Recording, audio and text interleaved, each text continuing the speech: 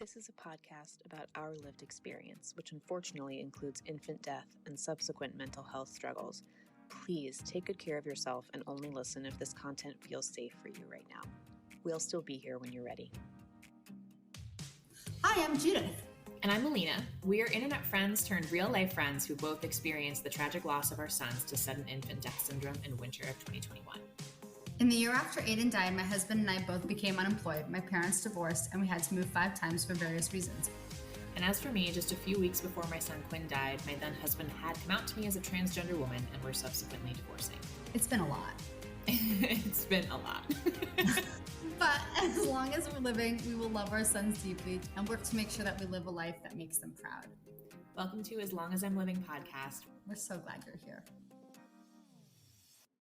Hi, everybody. We are still on a break, but I'm here to talk to you about another category of episodes that I think makes sense to be grouped together, and that's episodes from the floor.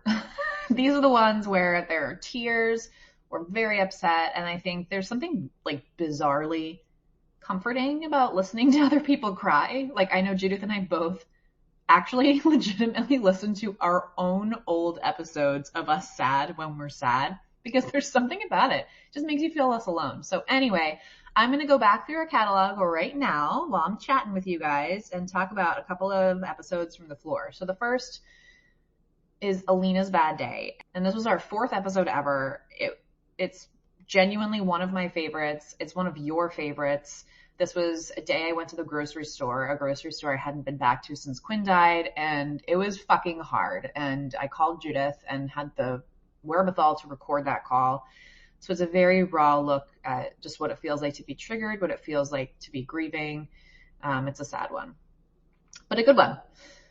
Next, we have November 30th and December 1st. Both of those are from 2021. Those were before and after Judith's anatomy scan with her now living daughter. She was really fucking anxious, like really fucking anxious. I mean, she was anxious that whole pregnancy, but this was like a peak anxiety time for her. So that's a really good episode. Next up, I'm going to talk about Into the Planets. That was an episode we recorded right before Quinn's first death anniversary, when I could feel myself just starting to detach from planet Earth. Next up, we have Big Feelings. This one was recorded when Judith's living daughter was, I believe, 3 days old.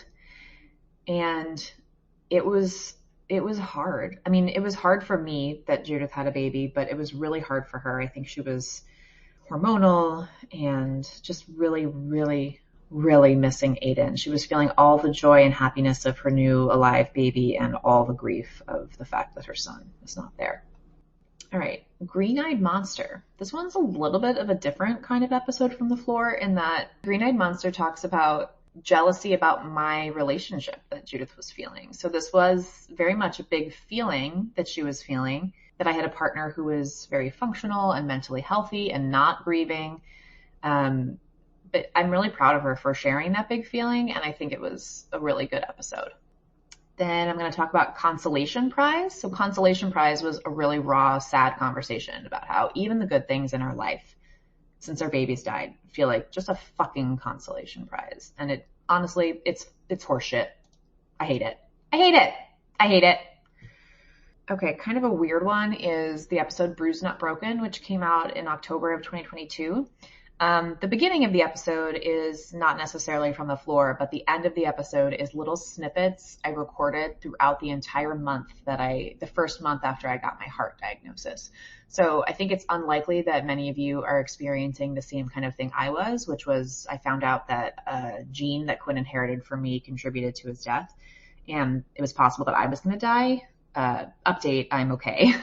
But in the time I was going through a lot of testing, I recorded snippets here and there, and those are very raw, very real, in real time. And then the last one I'm going to talk about is an episode called He's Still Dead. And that was recorded right before Aiden's 2nd death anniversary, this past March.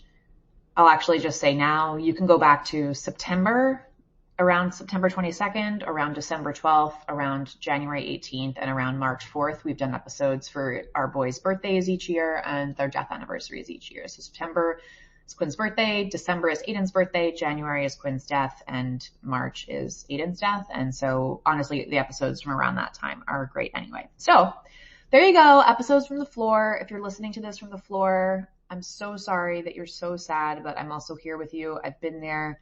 We've all been there. Many of us listening to this podcast, and we're happy to be in your ears and hopefully comforting you a little bit during this time. All right. And if you're looking for a new podcast to listen to while we're on our break, I'm going to recommend to you my very favorite podcast of all time, which is Esther Perel's Where Should We Begin?